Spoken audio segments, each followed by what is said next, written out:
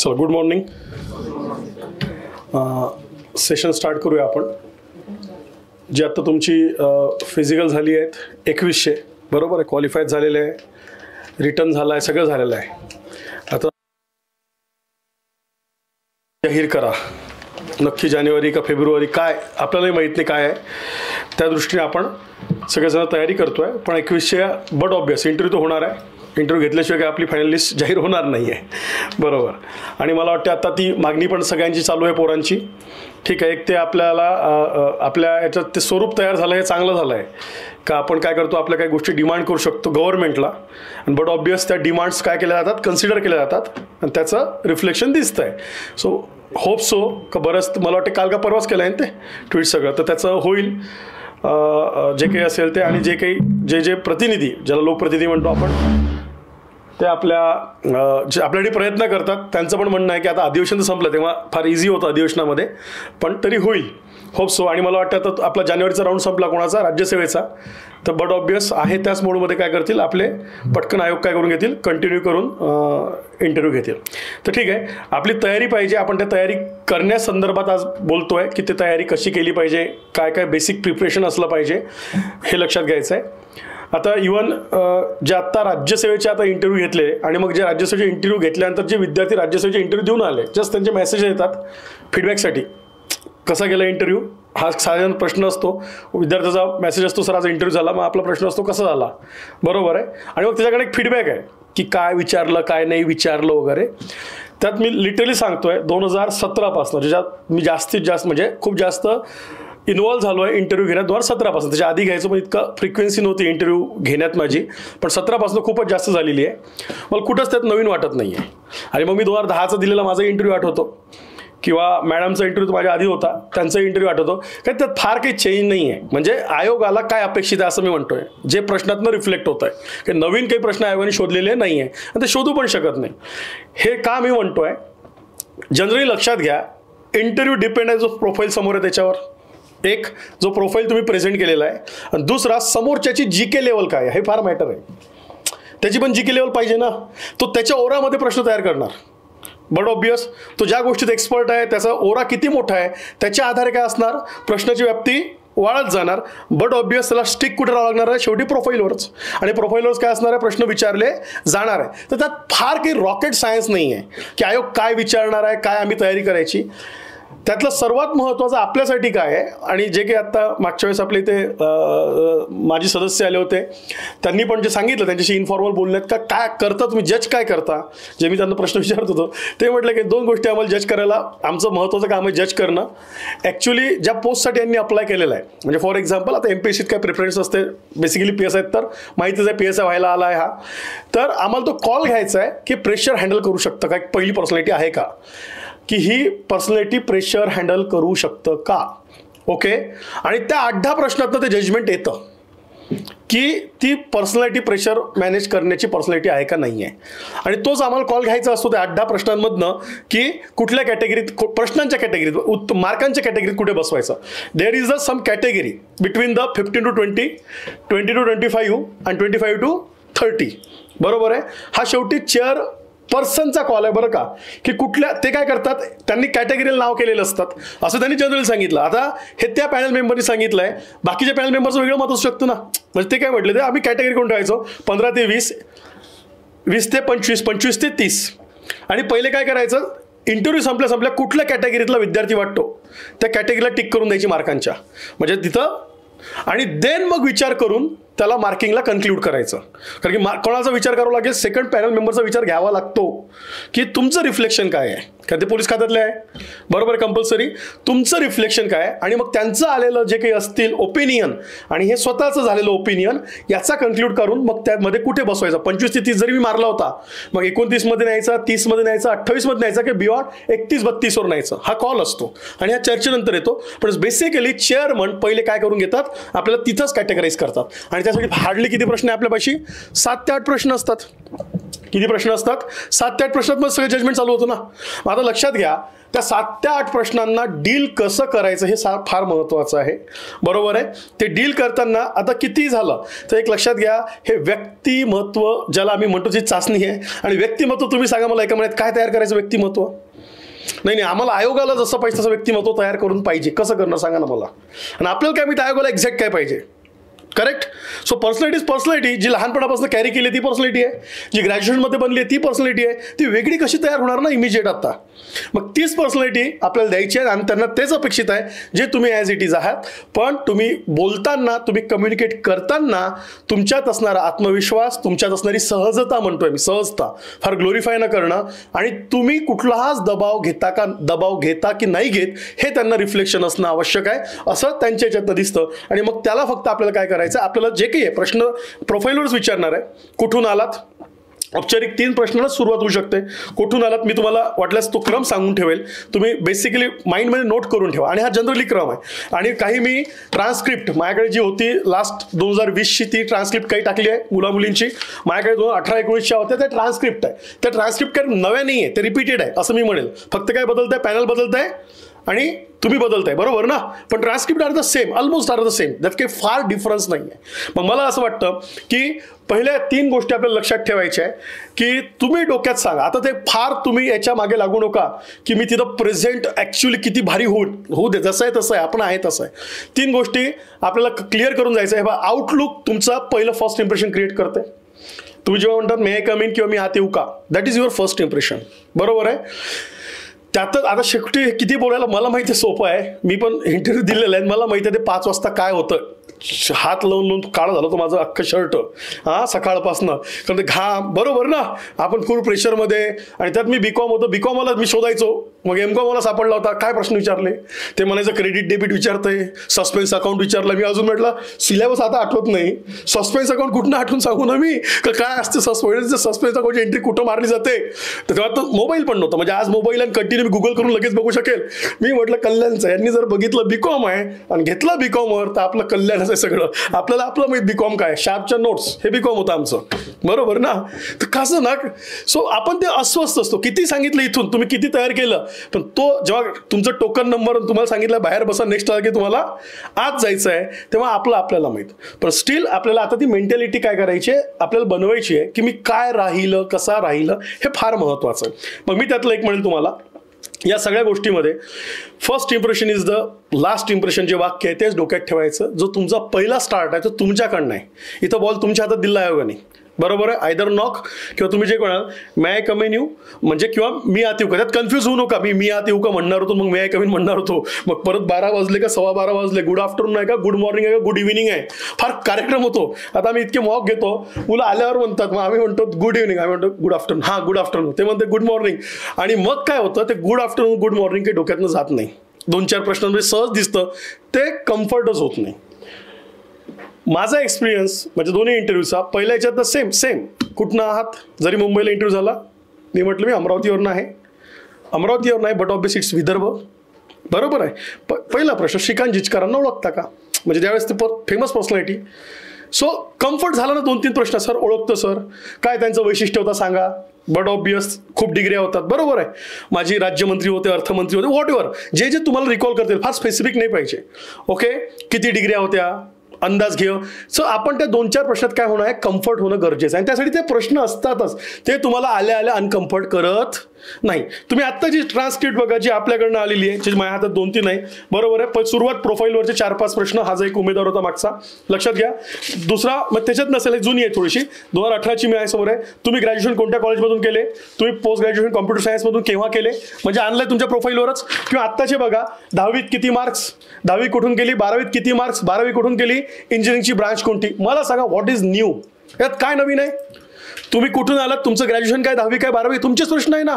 तर हू द्या, कम्फर्ट व्हायचं आहे. अँड दॅट इज, तेच तुमचं सगळ्यात बेस्ट सुरुवात आहे. तुम्हाला कम्फर्ट, ते आन्सर गडबड नाही पाहिजे. त्या आन्सरात बिलकुल प्रेशर रिफ्लेक्शन झालेला नाही पाहिजे, कारण की ते तुम्हाला कम्फर्ट करते. आपलं कम्फर्ट व्हावंच लागेल. बरोबर आहे. आणि मग पुढचा डेटा जो आहे, येणारे कितीही कठीण प्रश्न असले, डोंट बॉदर, काहीच हरकत नाही आहे. मी आता नावं घेऊ शकत नाही, पण माझ्याकडे असे माझे मित्र आहेत, असे विद्यार्थी आहेत ज्यांचे 13 प्रश्नापैकी 11 प्रश्नाला no sir, sorry sir, no sir, sorry sir, no sir, sorry sir. राज्यसेवा तहसीलदार पहिल्या अटेम्प्टमध्ये 63 मार्क घेऊन आलेला आहे. 13 प्रश्न. आणि ही बिलकुल डिक्लेअर झालंय भाऊ, आता लीड घ्यावं लागणार आहे पुढच्या मेन्सला, कारण की हा ते अटेम्प्ट उडाला. ज्याला तो म्हणतो नो, कसं झालं interview, no sir, sorry sir, एवढंच इंटरव्ह्यू झाला. एवढंच आठवतं म्हटलं, मी कुठल्या प्रश्नाचं उत्तर दिलं का आठवतच नाही, कारण प्रचंड प्रेशर. पहिल्याच अटेम्प्टमध्ये कुठं इंटरव्ह्यूपर्यंत, पण स्टील 63. काहीतरी बघितलं असेल ना, बरोबर आहे. सो दे नॉलेज नकोच आहे, बरोबर आहे. ऑनेस्टी, जेन्युननेस, बरोबर आहे. आणि तुम्ही जे नो सर म्हणतात आहे त्यात पण किती तुम्ही प्रेशर न घेता प्रामाणिकपणे सांगतात आहे, नाही आठवत. आलं का लक्षात? सो ते रिफ्लेक्शन असणं फार गरजेचं आहे. आणि म्हणून त्यासाठी काही औपचारिकता मी म्हणेल, जी सुरुवात म्हणून आपल्याला म्हणायचं आहे, ती सुरुवातीचा आपली एंट्री तुम्ही मॅच हे करून ठेवा डोक्यात, की मी एंट्री करताना मी काय बोलणार आहे. ओके, काय बोलणार आहे sir, may I come in sir, okay, आणि गुड मॉर्निंग, गुड आफ्टरनून ते एकदम क्लिअर पाहिजे डोक्यात, किंवा नमस्कार सर, बरोबर, किंवा नमस्ते सर, दॅट्स ऑल. पण तिथं जाऊन इथून कन्फ्यूज होऊन बाहेर चेंज करू नका मग, बरोबर आहे. की नमस्ते म्हणायचं का, ते फार हे आहे. जे असेल ते असेल, शेवटी कम्युनिकेशन आहे हे लक्षात घ्या, आणि ते आपल्याकडनं स्टार्ट झालं पाहिजे. बेसिकली एक सिम्पल, म्हणजे जे UPSC बसला आम्ही सगळीकडे सांगतो ना, आपण ऐकतो की it's a test of your 3 C's. What that 3 C's? C for the communication, C for the clarity of thoughts, and C for your confidence, nothing else. बरोबर ना. मग या 3 C रिफ्लेक्शन काय आपल्याला होणं गरजेचं आहे, त्याच्यावर आपल्याला काम करायचं आहे. मी परत सांगतो, इट्स अ मेंटल गेम, बरोबर. सगळं दाखवून झालंय आता कुठं, मेन्समध्ये. It's a mental game. तुम्ही अपियर कसे होता, त्यामुळे अपियर होताना तुम्हाला मग आता व्हॉट एव्हर, तुम्ही मुली आहात का मुलगा आहात हा डझंट मॅटर, पण तुम्हाला जे समोर जायचं आहे ते तुमचा आउटलुक खूप चांगला दिसला पाहिजे. आता खूप चांगला म्हणजे, आता मी राज्यसेवेत बघितलं आम्ही की बरेच मुलं आता आपले इतके यायचे नाही राज्यसेवेतले, पण आता ब्लेझर घालून येतात, टाय आणि ब्लेझर. आधी इतके राज्यसेवेचे मुलं यायचे नाही, बरोबर. एखाद्या मुलांना टाय घातला की त्याला अनकम्फर्ट व्हायचं. तो फक्त आत येताना, म्हणजे मागच्या वेळेस सांगतो मी, टाय घालायचं, बाहेर गेलं की पुरं काय म्हणतील लगेच काउंट ठेवून द्यायचं. असं नाही, तुम्हाला जे सूट आहे ते आहे, तर तुमचा प्रश्न आहे, बरोबर ना. त्याचा कुठं दिले नाही असं मार्कांचा कॉलम नाही बरं का. कपडे काय घातले, पॅन्ट मॅचिंग 2 मार्क, बरोबर आहे. कंप्लीट कडक इस्त्री 1 मार्क एक्स्ट्रा, असं काहीही नाही. Is it clear? सो तो आपला कॉल आहे, बरोबर आहे. फक्त अपेक्षा काय आहे तुम्ही लक्षात घ्या, तुम्ही युनिफॉर्म सर्व्हिसेससाठी चाललेला आहे, त्याचं रिफ्लेक्शन चालू होतं. जर PSI म्हटलं ना, तो बघितल्या त्याच्या डोळ्यात इमॅजिनेशन स्टार्ट होऊन जातं. Is he or she suitable आहे की नाही, त्याचं इमॅजिनेशन सुरू होईल ना, की हा युनिफॉर्ममध्ये आल्यावर कसं दिसणार आहे, किंवा इट्स युनिफॉर्म. ते इमॅजिनेशन जर क्रिएट करू शकलो आपण, जो आपला अपिअरन्स आहे त्यातनंच, बरोबर ना, it will be better for us. हे सगळ्यात बेस्ट आहे आपल्यासाठी, हे लक्षात घ्या. म्हणून युनिफॉर्मवर काम, म्हणजे आपल्या ड्रेसिंगवर काम करायचं आहे. आणि मग चांगले कपडे मॅचिंग.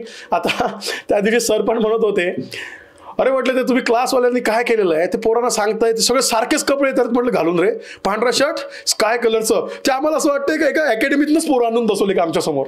म्हटलं सर आम्ही नाही सांगा, आम्ही कधी सांगणार पोरांना. आमचं काम काय, चांगला कपडे घाला, ब्राईट घाला, तुम्हाला असं सांगायला जो सूट होतो सर, ते कलर्स तसे व्हाईट किंवा, बरोबर ना, त्यावर माणूस चांगला दिसतो म्हणून पोरं घालतात. पण आम्हाला ते असं, आम्ही चर्चा पण करतो म्हटले की एकाच याच्यात यांना क्लासवरच सांगत असेल असे कपडे घालून म्हटलं, अजिबात सांगत नाही. आमचं म्हणणं असतं चांगलं जे आहे फक्त फॉर्मल असलं पाहिजे, औपचारिक असलं पाहिजे, कारण की तो ऑफिशियल इंटरव्ह्यू आहे, इतकं लक्षात घ्या त्याच्यासाठी. त्यानंतर शूज असेल तुमच्या, मी म्हणेन मुलांनी तर बिलकुल त्याला पोलीस कटच करून जायचा, बिलकुल केस झाप बिलकुल ठेवायचा नाही. तुम्ही युनिफॉर्मला चाललेले आहे, तो नंतरचा प्रश्न, बरोबर ना. पण अपिअर होताना आपण त्या अँगलने अपिअर झालं पाहिजे, हे लक्षात घ्या. आणि ज्यावेळेस good morning, good afternoon, good evening, what ever ते केल्यानंतर कितीही प्रेशर असलं, चेहऱ्यावर दिसून नका, स्माइली फेस पाहिजे गुड मॉर्निंग करताना. आम्ही बघतो मुलं एकदम टेन्शनमध्ये, गुड मॉर्निंग सर, तेच पहिले प्रेशरमध्ये आलं असतं. आता याला गुड मॉर्निंग हसावं कसं हा प्रश्न पडतो. तसं करू नका. तो इनर कॉल खूप महत्त्व आहे स्वतःला देणं. स्माइली फेस पाहिजे, कारण लक्षात घ्या रडका चेहरा कोणाचा आवडत नाही, हसरा चेहरा बरं वाटतं. आपल्याला पण बघायला हसराच माणसं बरं वाटत ना, मग आपल्याला पण हे लागू होतं, हे लक्षात घ्यायचं आहे. हा एक पॉईंट इथं लक्षात ठेवायचा. सो इट्स अ औपचारिक. बाकी मग मॅडम परत सांगेलच. फक्त मी आता येतो प्रश्नांकडे. फॉर्मल कम्युनिकेशन काय असू शकतं, बरोबर ना? म्हणजे जनरलाइज प्रश्न आपण करूया, ते सोपे आहेत, तुम्ही पण हे करू शकता. फॉर्मल कम्युनिकेशन 3 वेनी स्टार्ट होतात.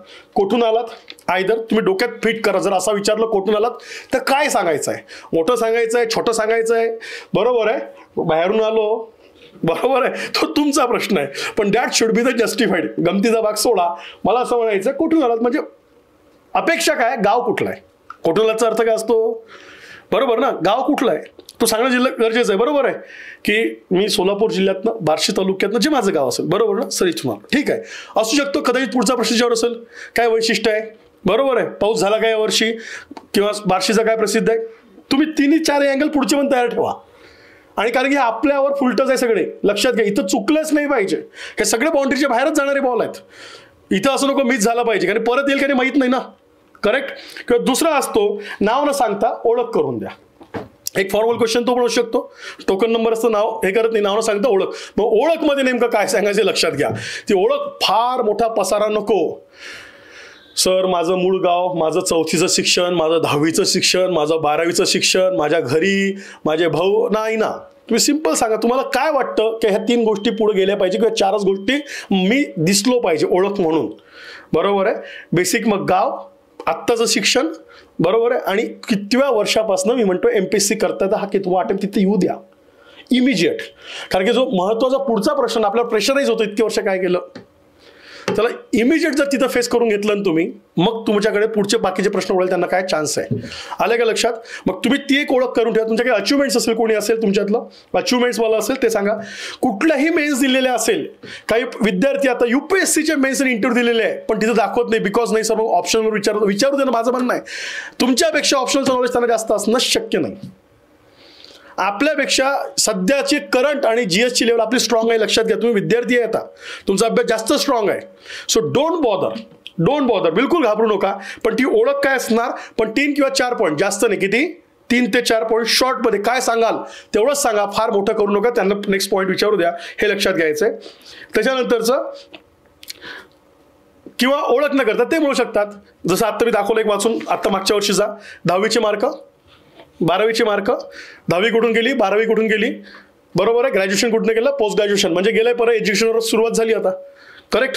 कम्प्युटर सायन्स, आणि मग कम्प्युटर सायन्सचा उपयोग काय करा आलं इथपासनं, तर ते करून ठेवा. एज्युकेशनवर गेले तर एज्युकेशनच्या साईडनी मी काय करणार, हे 3 वे तुम्ही डील करायचे. 3 वेनीच ऑलमोस्ट चान्सेस आहे तुमचे होण्याचे. त्याचे 3 वेगवेगळे उत्तर तयार करा. आपल्या ग्रॅज्युएशनचे आपण कुठूनला जर विचारलं ना, आपली ओळख सांगा म्हटलं तर आपले काय पाहिजे. Is that clear?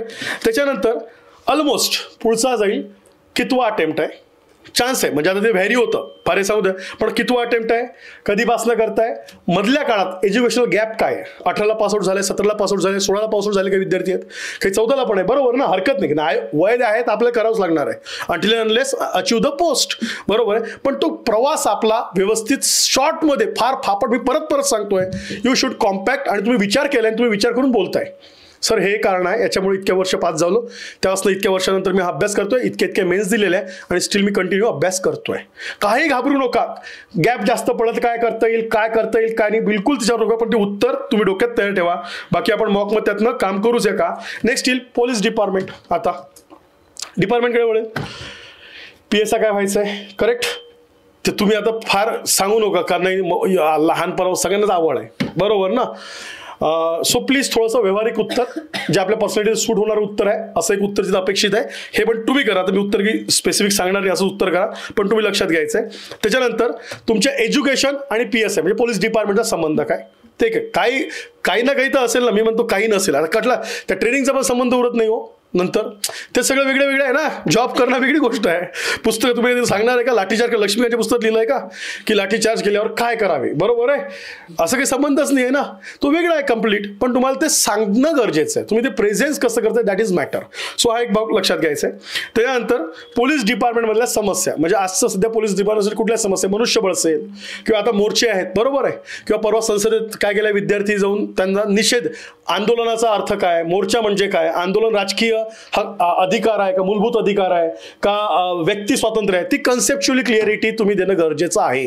बरोबर आहे. तुम्ही मोर्चा कसा हाताळू शकाल, किंवा आता सध्या आपल्या महाराष्ट्रात जे काही आंदोलनाचं एक हे होतं, बरोबर आहे, त्यावेळेस पोलिसच आहे समोर फ्रंटला, त्यामुळं तो पण एक भाग तिथं येईल, हे लक्षात घ्या. आणि त्याच्यानंतर येऊ शकतं मग opinion base, that is the current. For example, आरक्षणाबद्दल आपलं मत काय. मग आता तिथं असं चुकून बोललं का सर ते सुप्रीम कोर्टात आहे त्यामुळं मत मांडता येणार, असं काही नसतं बरं का. सुप्रीम कोर्टात सांगितलं नाही आमच्या जोडाला म्हणून मत मांडणं बंद, आणि तुम्ही अजिबात नाही. आपलं मत म्हणजे तुमचं मत विचारलंय, तुम्हाला ते बोलणं आहे. फक्त आपली लाईन ऑफ जे काही अँसर हे लक्षात ठेवायचं आहे. ज्यावेळेस कायद्याबद्दल विचारतात, राज्यघटना आणि कायदा हे आपले विशेष बेस पाहिजे, आपण सगळं त्याच्या आधारे बोलले पाहिजे. ओके ना. तुम्हाला मला काय वाटतं हे महत्वाचं नाहीच आहे. आता राज्यघटना काय सांगते आणि कायदा काय सांगतो, बरोबर ना. कायद्याच्या आधारे राज्य आहे ना आपलं, ते जास्त महत्वाचं आहे, आपल्याला ते अपेक्षित आहे, असं त्याचं असेल. किंवा आता आपण काय केलेलं आहे तर IPC आणि गोष्टीचं सगळं ते बिल आणलं 2023चं, भारतीय न्याय संहिता नाव चेंज केलेलं आहे. त्याच्याबद्दल बट ऑब्वियस विचारलं जाऊ शकेल, का चेंज केलं, काय बदललं नक्की, कुठले बदल केले. आतापर्यंत आपल्या IPC मध्ये टेररिस्टची व्याख्या होती नव्हती, आता नवीन व्याख्या काय आहे, दहशतवादाची व्याख्या काय आहे, बरोबर आहे. काय सांगू शकाल दहशतवाद, हे तुम्हाला सांगता आलं पाहिजे, पण शॉर्टमध्ये सांगता आलं पाहिजे. हे लक्षात घ्या. तुम्ही परत परत सांगा, आपल्या शॉर्टमध्ये प्रेझेंट करणं फार गरजेचं, टू द पॉईंट. ते कुठंच वेग जाता कामा नये. मग तेवढं प्रिपेअर करून ठेवणं फारच गरजेचं आहे असं मला वाटतं. या याच्यात हा पण एक लक्षात घ्यायचं आहे इथं. ओके.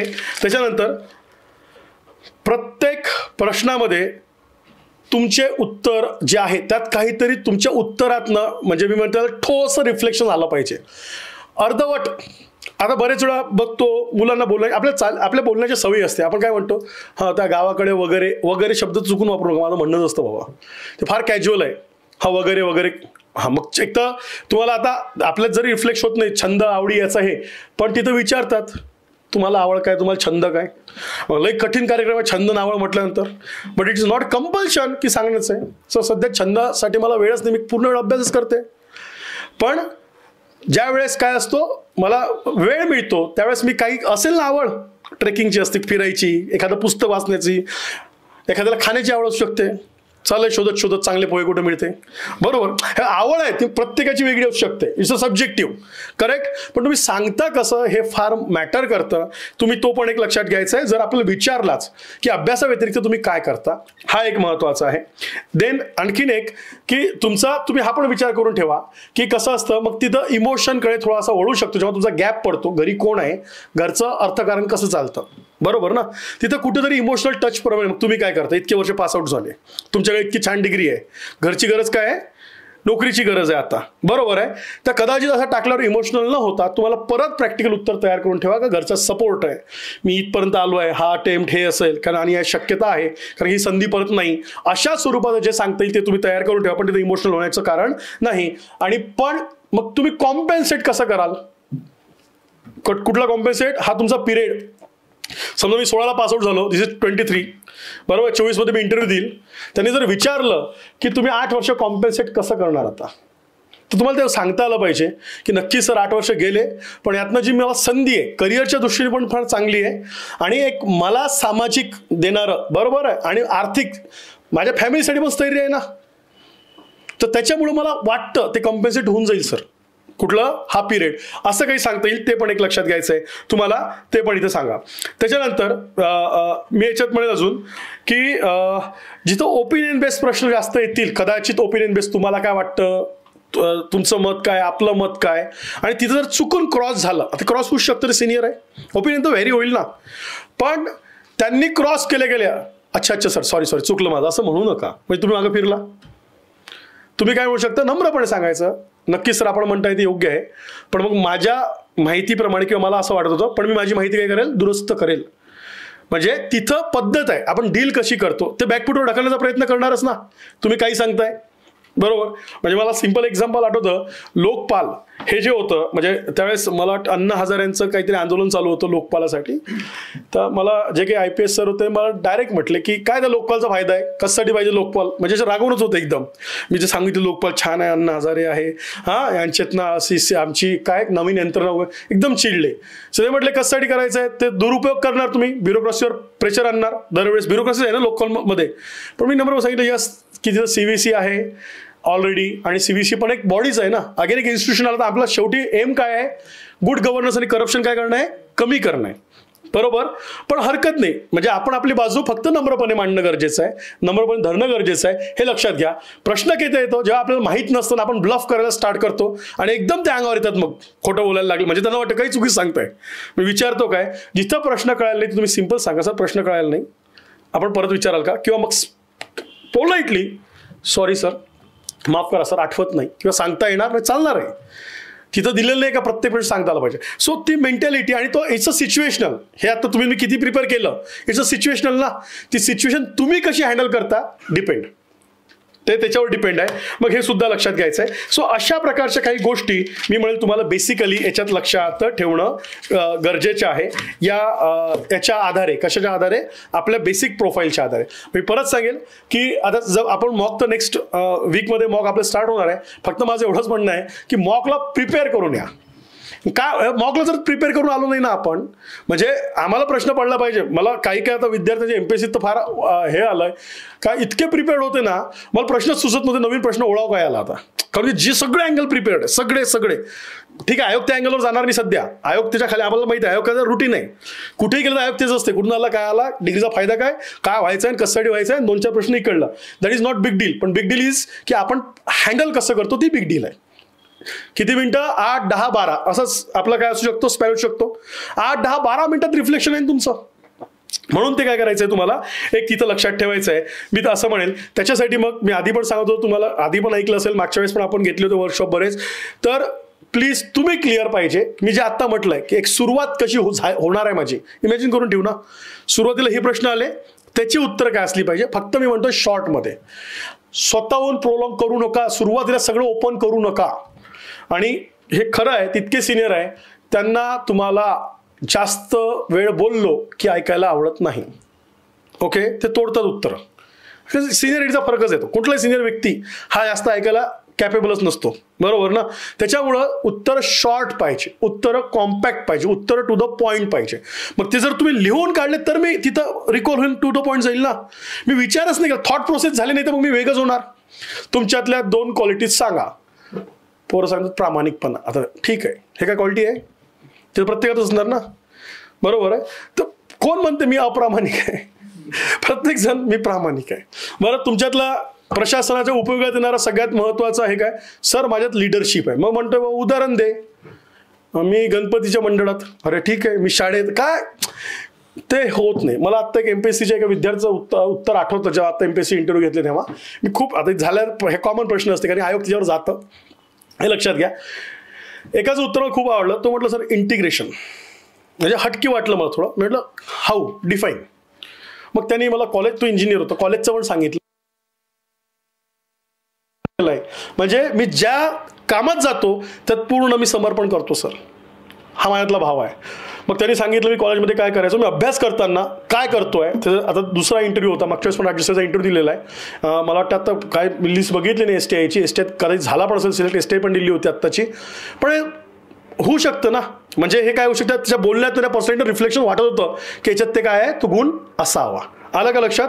म्हणजे तेच ते नको आहे. तुम्ही एखाद दुसराच सांगा, ते म्हणतील 3 सांगा, बरोबर आहे. मग 3 जर वाटलं तर 1 चांगला सांगा, 2-3 हे आहेच ना, मग प्रामाणिकपणा आहे, शिस्त आहे, हे लावून द्यायचे जवळ सोबत, ठीक आहे. पण एक असा आला पाहिजे, तो थोडा आउट ऑफ द वाटला पाहिजे, त्याच्यावर त्याला थोडं जे क्लिक व्हायचं आपल्याबद्दल ते क्लिकच झालं पाहिजे. Is that clear. सो हा एक भाग घ्या, मॅडम पुढचं बोलतील, फक्त मी लास्ट पार्ट कळतो माझं. तुम्ही पॅनल मी टाकलाय, पॅनलचा बॅकग्राऊंड टाकलाय. पॅनलचा बॅकग्राऊंड म्हणजे आपले 4 सध्याचे असणारे सदस्य, त्या बॅकग्राऊंड ज्याच्या ज्याच्या एज्युकेशनला मॅच होत आहे ते प्लीज थोडं कॅरी करा. प्रेशर नका घेऊ, सर मग आमचं त्यांचं माझं आता ग्रॅज्युएशन सेम आहे, आता कसं होईल. ते तुमच्या ग्रॅज्युएशनचा यादी करत बसलेले नाही आहे, ओके. पण जनरली तिकडे ओळू शकतात. त्यातले 4 पैकी आता 3 काय एज्युकेशन बॅकग्राऊंडचे सदस्य आहेत आपले, बरोबर ना, जे आपले पॅनल मेंबर आहेत. आपले 4 सदस्यापैकी 3 कुठून आले आहे, एज्युकेशन बॅकग्राऊंडमधनं. एक फक्त काय ब्युरोक्रॅट्स बॅकग्राऊंडमधनं आहेत, हे लक्षात घ्यायचं आहे. तर तिथं थोडंसं तुम्हाला जेव्हा माहीत पडेल, आता तुम्ही हे तिघांचं असं गृहीत धरा ना की आपल्या ग्रॅज्युएशनवर थोडं काम करून जायचं आहे. थोडं काम म्हणजे खूप डेप्थ अजिबात अपेक्षित नाही आहे, लक्षात घ्यायचं आहे. आपण ग्रॅज्युएशन करून दिवस झाले, आपल्याला फक्त सब्जेक्ट रिकॉल झाले पाहिजे. आणि जर जनरल प्रश्न होता तुम्हाला तुमच्या सब्जेक्टमधलं काय आवडायचं, लक्षात घ्या. आणि फार ओळून ताणून आणू नका. म्हणजे मला वाटते काल का परवा आम्ही चर्चा करत होतो, सपोज का तुमचा इकॉनॉमिक्स विषय असेल, इकॉनॉमिक्सचा मग पोलीस स्टेशनमध्ये काय म्हणजे पोलीस यंत्रणेत काय उपयोग असेल, तर मग मी कमी पैशात बजेट वगैरे काय संबंध नाही आहे आपला, बरोबर ना. कारण की बजेट आपल्या हाती कुठं आहे. PSIला देतात का बजेट करायला की भाऊ तू पैसे खर्च कर. PI काय करेल सिनियर आणि ACP DYSP ते PSIचा वाट बघणार. हा झालं का बजेट. सो बी बी बी रिअलिस्टिक अप्रोच, व्यावहारिक उत्तर देणं फार गरजेचं आहे. तुम्हाला जे आहे करेक्ट ना ते तुम्ही विचार करून ठेवा. ते प्रत्येकाचं काय असू शकतं, वेगळं असू शकतं. खूप मोठं नको आहे आपल्याला, शॉर्टच पाहिजे पण व्यावहारिक. तुम्ही जर विचारच नाही केला तुम्हालाच आठवतात. तुमचा एवढा स्ट्रॉंग अभ्यास असतो, GSचा असेल, करंटचा असेल, तुमचे अँगल स्ट्रॉंग आहे, तुमच्या सध्याचा असणं ओरा मोठा आहे, तुम्हाला आठवतात पण तुम्ही काम नाही करत, त्याच्यामुळे मग तुम्हाला तेच ते येते, रिपिटेशन येते. आणि लक्षात घ्या म्हणजे जरी मी क्लास आहे, क्लासमधनं बोलतोय, द कोर इन्फिनिटी अकॅडमीच्या प्लॅटफॉर्मवर बोलतोय, पण इट्स अ रियालिटी की आपण खूप जागी मॉक देतो, माझ्या सजेशन असणार, मॅडमचे असणार, तुम्ही आणखीन मॉक द्या, आर द सेम. मग एक लाईन तयार होते, मग सगळे कॅन्डिडेट सगळं प्रिपरेशन नाही आले ना, सेम उत्तर रिफ्लेक्शन चालू होतात and they are fed up की सब बनाए हुए आ रहे. आलं का लक्षात. आणि त्याचा परिणाम ज्याचा चांगला इंटरव्ह्यू गेला त्याच्यावर चुकून होऊन जातो, देऊन टाका एक घट्टीतले मार्क.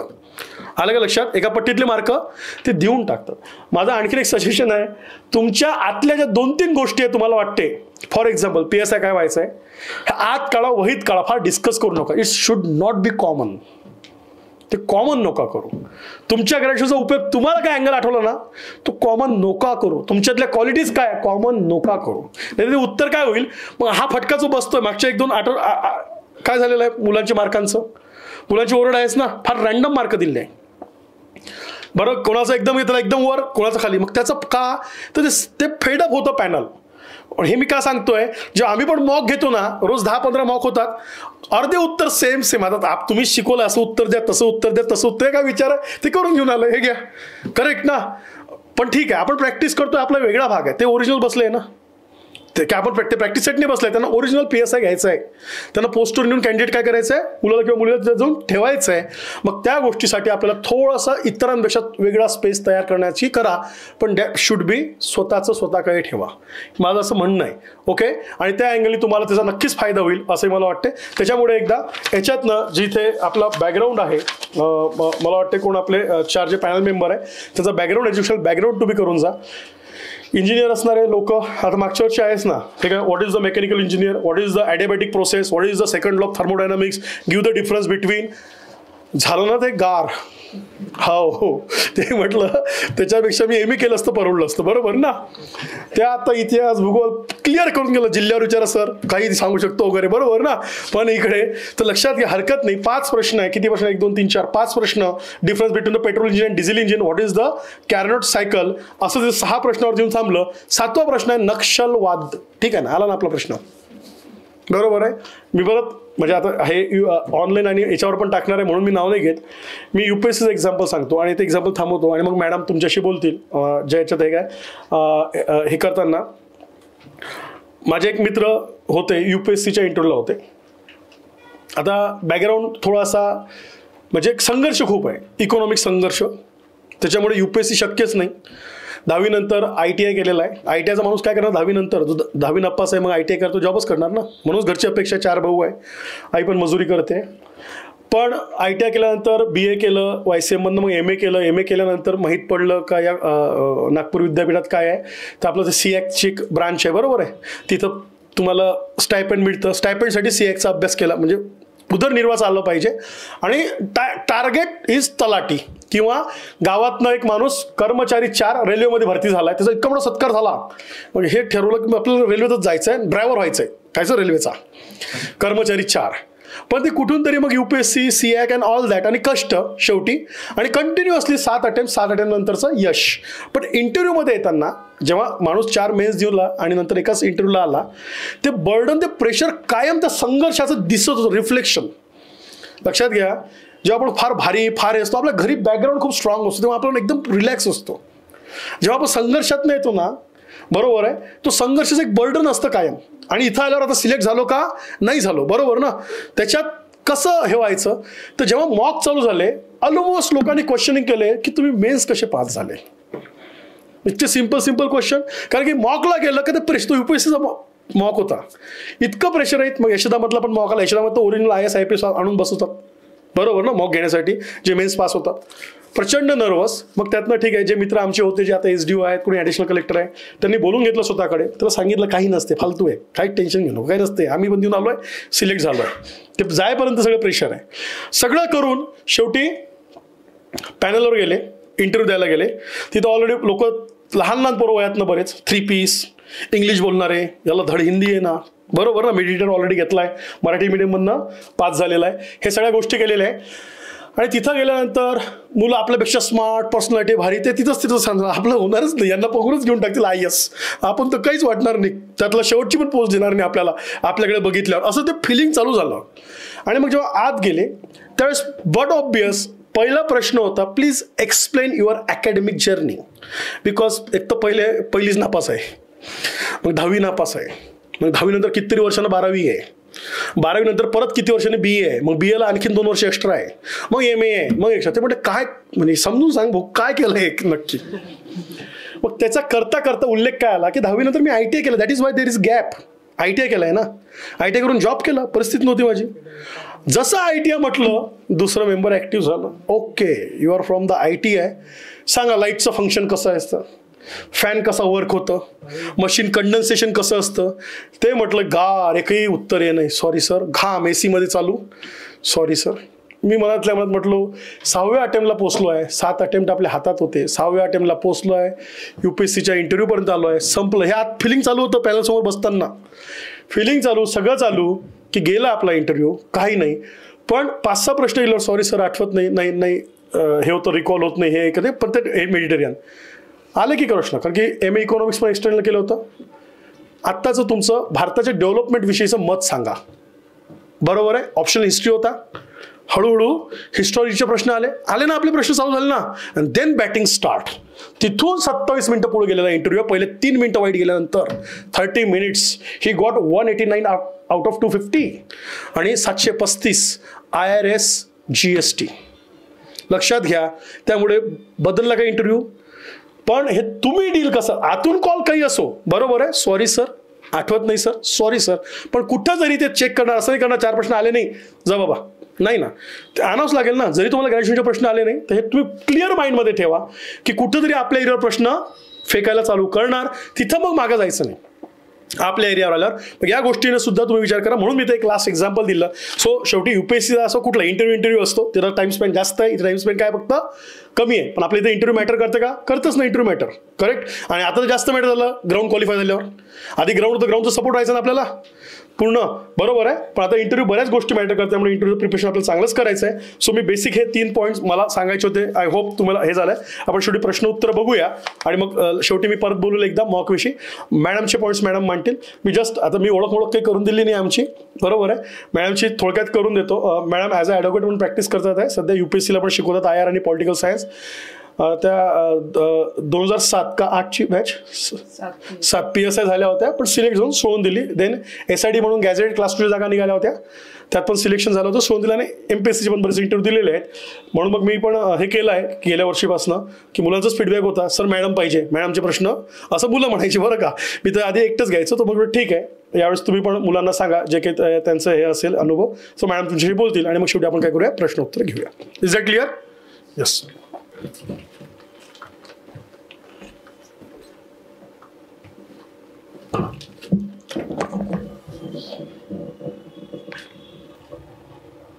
सरांनी बहुतेक सगळे पॉईंट्स कव्हर केलेत. फार काही पॉईंट्स राहिलेले नाही आहेत, पण थोडंसं टचअप करायचा प्रयत्न मी करते.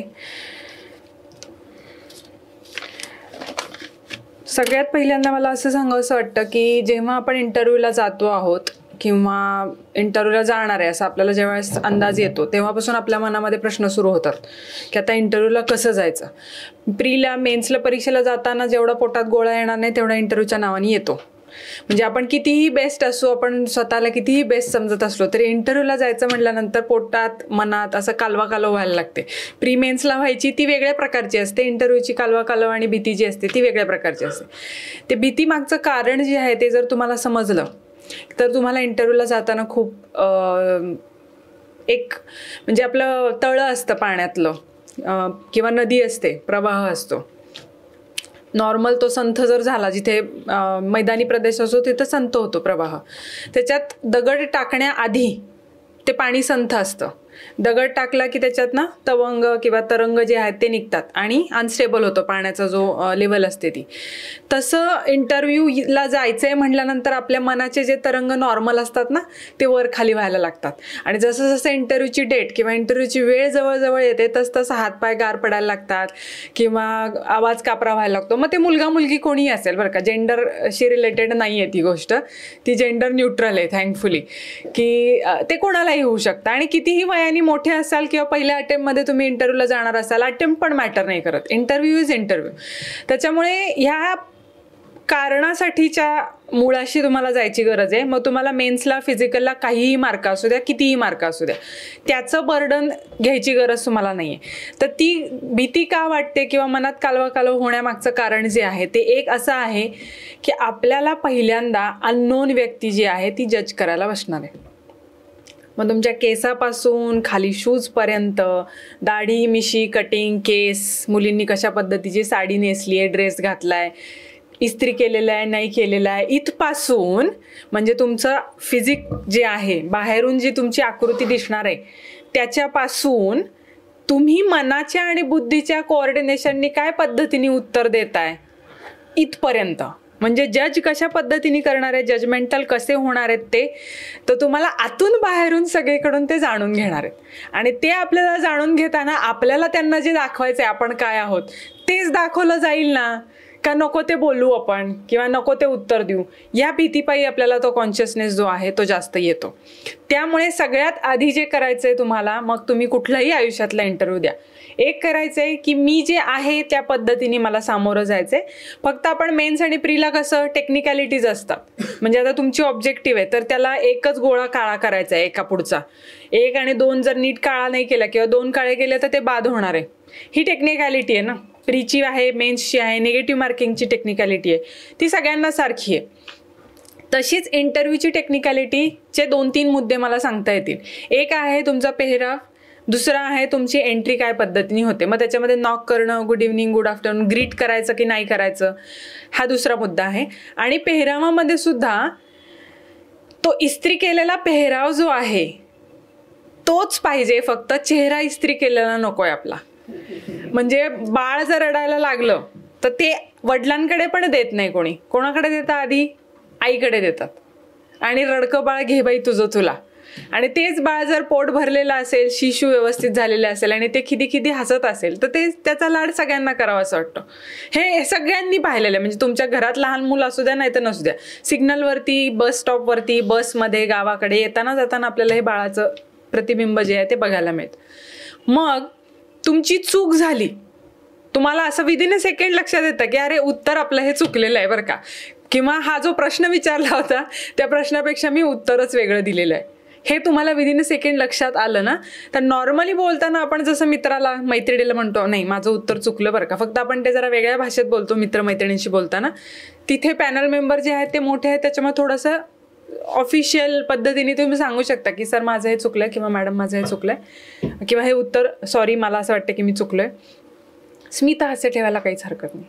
स्मितहास्य म्हणजे काय होतं, माझे दात चांगले नाही आहेत किंवा मी दिसायला फार सुंदर नाही आहे असं खूप जणांना न्यूनगंड असतो, पण तुम्ही दिसताय कसं हे मॅटर नाही करत. म्हणजे नाक कसं आहे, गाल कसं आहे, चेहऱ्याचा रंग कोणता आहे किंवा कशा पद्धतीचे कपडे घातलेत, या सगळ्याचं रिफ्लेक्शन आपल्या चेहऱ्यावरती येतच, प्रश्नच नाही.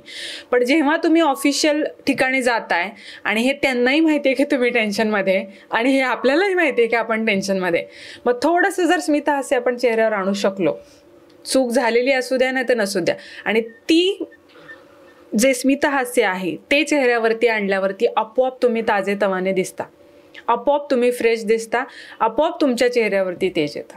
तेज कशाचं आणायचंय, आपल्याला क्रीम आणि काहीतरी मेकअप करून तेज आणायचंय का? अजिबात नाही. तुम्ही जो अभ्यास केलेला आहे, तुम्ही जो प्रयत्न केलेला आहे त्याचं तेज तुमच्या चेहऱ्यावरती येतं. फक्त इंटरव्ह्यूच्या आदल्या दिवशी किंवा 3 दिवस आधी किंवा आठवडाभर आधी वेब सिरीजेस रात्री जागून बघायच्या नाहीत आणि योग्य तो आहार घ्यायचा आहे. कारण तुम्ही फिजिकल केलेलं आहे, त्याच्यामुळे तुम्ही व्यायाम करत असता. फिजिकलचे टीचर्स तुमचे प्राणायाम किंवा मानसिक जे मनाचे तरंग संथ करण्यासाठीचे जे एक्सरसाइज असतात ते पण टीचर्सनी, तुमच्या फिजिकलच्या टीचर्सनी घेतले असतील. आजपासून पुन्हा ते करायला सुरुवात करा. व्यायाम केलात आणि मानसिकता सांभाळलीत की तुमच्या चेहऱ्यावरती आपोआप तजेलेपणा आणि प्रसन्नता येणार आहे. त्याच्यासाठी तुम्हाला आर्टिफिशियल दुसरं काहीही करायची गरज नाही आहे. हा सगळ्यात महत्त्वाचा मुद्दा आहे. तो सांभाळलात की पुढचा इंटरव्ह्यू, म्हणजे मी म्हणेन ॲक्च्युअल इंटरव्ह्यूचे जे काही 10 मिनटं 15 मिनटं तुमचे आहेत पॅनल मेंबर समोरचे, ते 10-15 मिनटं आणि एकंदर इंटरव्ह्यूची तयारी ह्याचा जर बॅलन्स आपण बघितला तर तुमची मानसिकता आणि तुम्ही किती कामली शांतपणे इंटरव्ह्यूला सामोरे जातात हा 90% भाग आहे. आणि इंटरव्ह्यूमध्ये तुम्ही ज्या पद्धतीने उत्तर देताय, प्रश्न समजताय का नाही आणि समजल्यानंतर उत्तर देताय की नाही, हा फक्त 10% भाग आहे. त्याच्यामुळे 90% भाग जो आहे ना त्याची तयारी करणं ही तुमच्या हातात आहे. म्हणजे प्री आणि मेन्सचा अभ्यास करताना तुम्ही काय म्हणता, भरपूर वेळा रिव्हिजन करायची. सगळेजण सांगतात अशा पद्धतीने अभ्यास करायचा, प्रश्न येईल तो त्या पद्धतीने सॉल्व्ह करायचा आणि आन्सर तिथे गोळा काळा करून यायचा, मग तुमचा रोल संपतो. तसं इंटरव्ह्यूच्या बाबतीत सुद्धा तुम्ही थोडंसं लॉजिक लावायला पाहिजे की 90% भाग जो आहे, आता एकंदर इंटरव्ह्यू जर आपण बघितला ना तर 95% भाग आपल्याला ऑलरेडी माहिती आहे. क्वेश्चन पेपर आपल्याला माहिती आहे, सिलेबस पण आपल्याला माहिती आहे. इंटरव्ह्यूचा सिलेबस कसा माहिती आहे, तुमचा सिलेबस काय आहे, इंटरव्ह्यूचा सिलेबस काय आहे तुमचा. पर्सनॅलिटी टेस्ट जे म्हटलेलं आहे ते तुमचं सिलेबस नाही आहे. तुम्ही जे आहात, तुमचं जे प्रोफाईल आहे, जे तुम्ही भरून दिलेलं आहे आणि तुम्हाला जे सांगायचं आहे की बाबा मी असं आहे, मी अशी आहे, तो तुमचा सिलेबस आहे. त्या सिलेबसची उत्तरं लिहून काढायची, त्या सिलेबसच्या उत्तरांची उजळणी करायची आणि प्रॉपर प्रॅक्टिस करायची.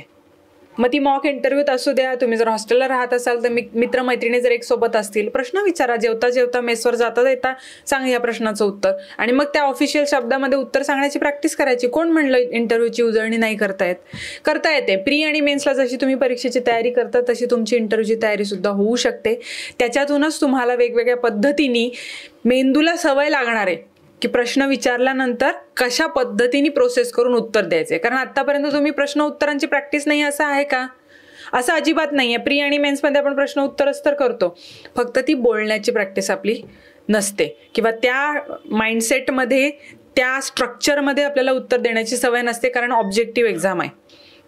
ऑब्जेक्टिव्ह एक्झाममध्ये काय होणार आहे की तिथे तुम्हाला प्रश्न वाचायचा, 4 उत्तरं रेडीमेड खाली आहेत, फक्त त्यातली 2-3 एलिमिनेट करून एक पक्क उत्तर लिहून यायचं आहे. इथे आपल्याला उत्तर बोलायचं आहे, त्याच्यामुळे थोडासा कॉन्शियसनेस येऊ शकतो.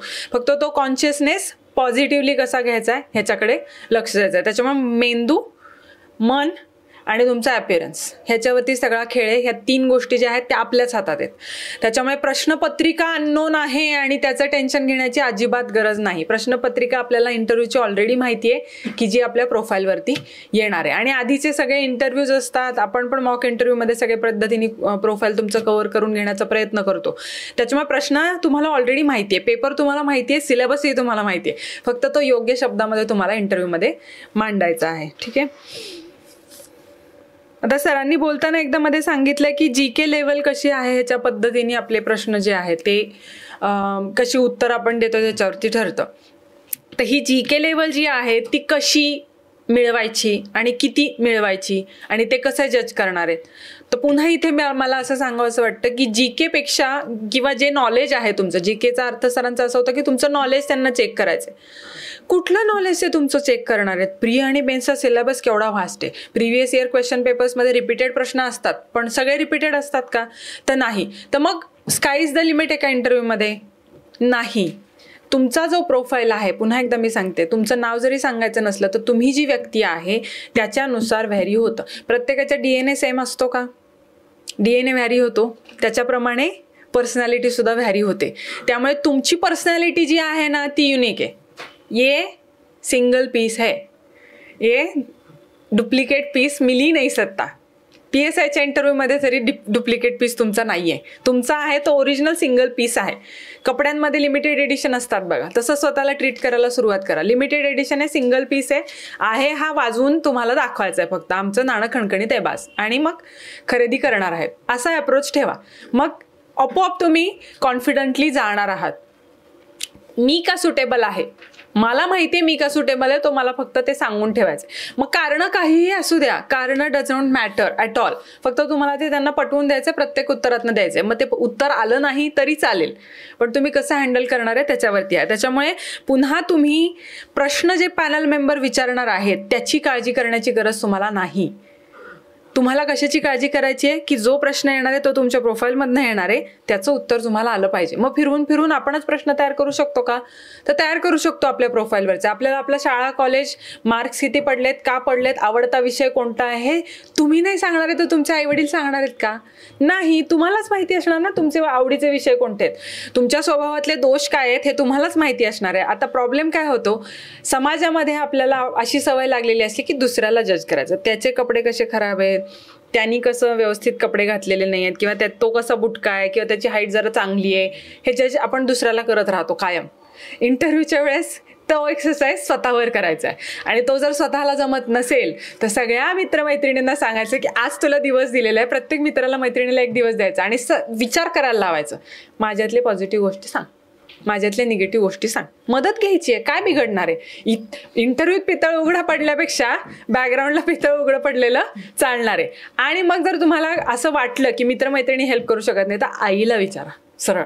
आई तुमच्या दोषांचा पाढा असा वाचून दाखवेल. तिला कदाचित तुमचे गुण सांगता येणार नाही, पण आई आपल्या दोषांचा पाढा लहानपणापासून सगळा सांगेल. आईला फोन करा, किंवा जी क्लोज व्यक्ती आहे ज्याच्या तुम्ही अगदी क्लोज आहात, लहानपणापासून तुम्हाला पाहिलेलं आहे, ते टीचरही असू शकते, त्यांना फोन करा, त्यांच्याकडनं विचारून घ्या आणि ते बघा, ते पडताळून बघा. फक्त त्याच्यामध्ये आपल्याला दोष फोकस करायचे आहेत का, तर नाही. ते दोष तुम्ही ओव्हरकम कसे केलेत, म्हणजे किंवा करता नॉर्मली.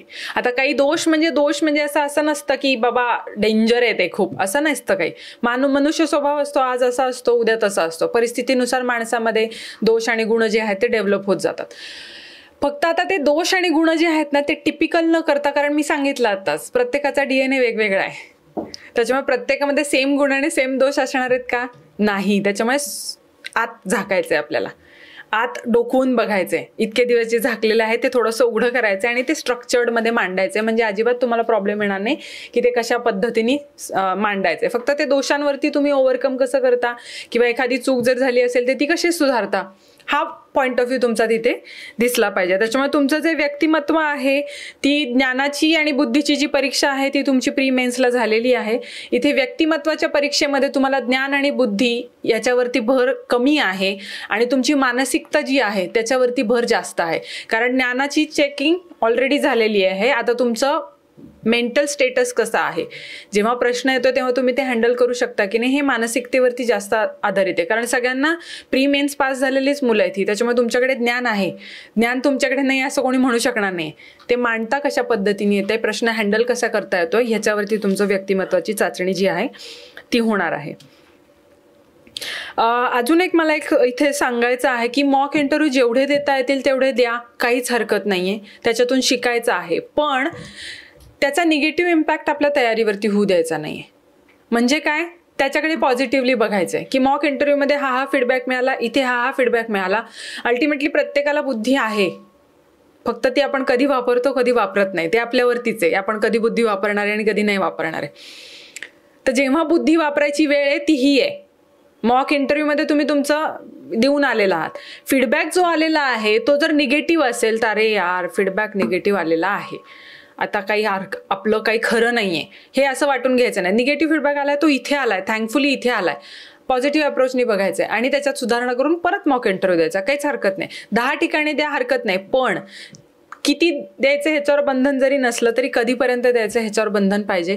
शक्यतो 3 ते 4 दिवस जेव्हा तुमची इंटरव्ह्यूची डेट आहे त्याच्या 3 ते 4 दिवस आधी तुम्ही मॉक इंटरव्ह्यू देऊ नका, कारण मग इम्प्रूव्हमेंटला पण काही स्कोप राहत नाही आणि इम्प्रूव्हमेंट झाली नाही किंवा होणार आहे की नाही हे चेक करायला पण आपल्याला काही हे उरत नाही, वेळ उरत नाही आणि मग त्याचं मळब जे आहे ते कदाचित तुमच्या मनावरती प्रेशर क्रिएट करू शकतं. म्हणून 3 ते 4 दिवस आधी शक्यतो, जसं आपण परीक्षेच्या आधी 1 महिना नवीन काही मटेरियल वाचत नाही, जास्तीत जास्त उजळणी करण्यावरती भर देतो. होपफुली तुम्ही पण तेच करत असाल. मला माहित नाही सध्या काय ट्रेंड आहे, पण जनरली परीक्षा ज्या दिवशी असेल त्याच्या महिनाभर आधी आपण नवीन काही वाचू नका असं सांगतो. उजळणी करण्यावरती भर द्या. तसंच आहे, इंटरव्ह्यूच्या आधी मॉक जो द्यायचा आहे तो शक्यतो 3 ते 4 दिवस आधी पर्यंत देऊ नका. जेवढ्या लवकर देता येईल जेणेकरून तुम्हाला इम्प्रूव्हमेंटला चान्स मिळेल. आता PSI का व्हायचंय आणि तुमचं जे ग्रॅज्युएशन आहे त्याचा नॉलेजचा पोलीस डिपार्टमेंटला कसा उपयोग होईल, किंवा आता बरेचसे आता महाराष्ट्रातनं अनेक जिल्ह्यातून मुलं आहेत इंटरव्ह्यूला, तर तुमच्या जिल्ह्याचं वैशिष्ट्य सांगा. जिल्ह्याची वैशिष्ट्य पण सेम असू शकतात. PSI का व्हायचं ह्याचं उत्तर पण सेम असू शकतं. बऱ्याचशा गोष्टींची उत्तरं कदाचित सिमिलर येतील, म्हणजे बाय चान्स येतील असं आपण गृहीत धरू. आपण असं नाही म्हणत की तुम्ही सगळेजण एकच उत्तर पाठ करून जाणार. बाय चान्स असं होऊ शकतं की सगळ्याचं उत्तर एकच आहे. म्हणजे आता फॉर एक्झाम्पल पुणे जिल्ह्याचं सांस्कृतिक माहेरघर आहे हे कॉमन आहे, म्हणजे हे सगळेच जण सांगणार. समजा तुम्ही जर पुण्यातून आलाय असं सांगितलं तर तुमच्या जिल्ह्याचं काहीतरी कॉमन असणार आहे. तर आता ही क्वांटिटी जी आहे उत्तराची ही सिमिलर असणार आहे असं आपण गृहीत धरू, ठराविक जे प्रश्न आहेत त्याची. मग आता कसं वाचवायचं स्वतःला, कारण जज जे बसलेले आहेत पॅनल मेंबर त्यांना हे कॉमन उत्तर ऐकून ऐकून वीट येणार आहे. काय म्हणजे कंटाळा येतो, ते मग इंटरव्ह्यूमध्येच चहा पितात किंवा मग आपला इंटरव्ह्यू 4-5 प्रश्नातच उरकून टाकतात असं पण होऊ शकतो. कारण ते दिवसभर बसलेले आहेत आणि असं दिवसेंदिवस बसतायत आणि सिमिलर प्रश्न विचारायचे आहेत त्यांना. सो त्यांची पण लिमिटेशन आहेत. म्हणजे जसं बोर्डाच्या परीक्षांना आपल्याला सांगितलेलं असतं की प्रश्न सेमच आहेत, सगळ्यांची उत्तरं सेमच असणार आहे. व्हरायटी कुठे आणणार आहे तुम्ही? बोर्डाच्या परीक्षेचे पेपर आठवत आहेत का? पेपर सेम असतो, 21 अपेक्षित सारखे प्रश्न असतात, ते पाठ करतो आपण, तयारी करून घेतो, घोटतो पेपर, घरी भरपूर उत्तरपत्रिका सोडवतो, तेच जाऊन पुन्हा त्याच्यामध्ये लिहितो. व्हरायटी कुठे येणार आहे हा प्रश्न आहे. So quantity even if does not differ, म्हणजे क्वांटिटी उत्तर जे आहे त्याच्यामध्ये जरी तुम्हाला क्रक्स म्हणते मी, त्याचं फार वैविध्य आणता येणार नसेल तरी आपण ते उत्तर कशा पद्धतीने मांडतोय हा युनिकनेस तुमच्यामध्ये असू शकतो. म्हणजे काय, पुन्हा एकदा बोर्डाचं उदाहरण घेते. उत्तर ठीक आहे, सेम आहे, हस्ताक्षर चांगलं काढू शकता, व्यवस्थित पद्धतीने अंडरलाईन करू शकता, ठळक ज्या गोष्टी आहेत किंवा त्यातल्या ठळक कन्सेप्ट आहेत त्या तुम्ही अंडरलाईन करू शकता, किंवा वेगळ्या पद्धतीचे अंडरलाईनचे पॅटर्न पण वापरू शकता, पेन्सिलने डायग्राम काढू शकता, फ्लो चार्ट काढू शकता, वगैरे वगैरे. या पद्धतीने आपण वेगळ्या पद्धतीने जरा आन्सर लिहिण्याचा प्रयत्न करतो.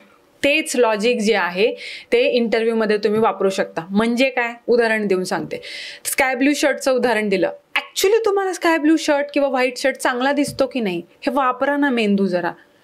तुमच्या चेहऱ्याला, तुमच्या पर्सनॅलिटीला कोणता रंग चांगला दिसतो? मुलींना सुद्धा ठराविक पद्धतीचीच साडी नेसली पाहिजे असा काही नियम आहे का? अजिबात नाहीये.